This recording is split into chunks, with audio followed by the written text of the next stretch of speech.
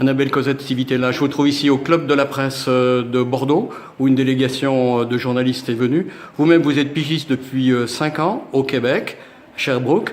Comment est-ce que ça se passe, la situation des pigistes, des freelances, des indépendants, des noms très divers au Québec, outre-Atlantique? C'est une question qui est assez large, aussi large probablement que la brochette d'individus qui se trouvent dans la catégorie freelance.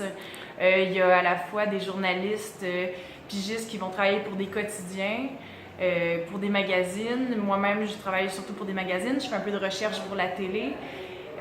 Mais en fait, ce qui caractérise les journalistes pigistes, c'est d'être multitâches, donc de pouvoir, de vraiment se trouver différentes sources de revenus. Et puis c'est ce qui fait la difficulté d'être indépendant, c'est de cumuler une multitude de tâches en même temps.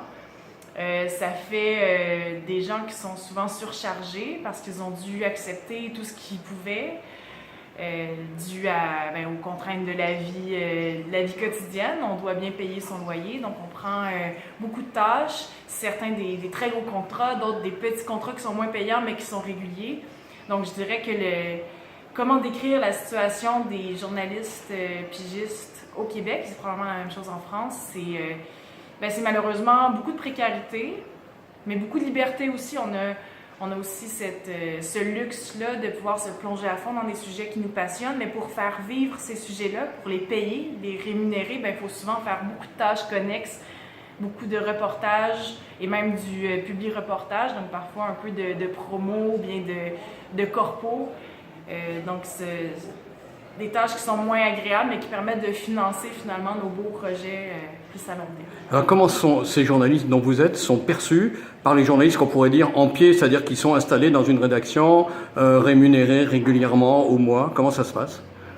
Souvent, on va être qualifié de peut-être courageux, un peu fou peut-être, d'être dans la précarité comme ça. En même temps, je crois que certaines personnes nous envient parce qu'on a cette liberté-là de partir un mois à l'étranger, en Asie par exemple, couvrir un sujet qui nous passionne.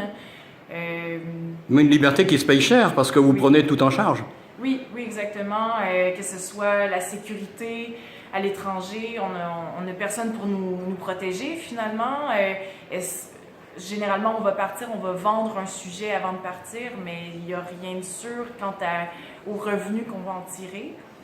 Et puis, comme je l'expliquais plus tôt, la précarité dans son ensemble, c'est une liberté qui se paye cher, effectivement.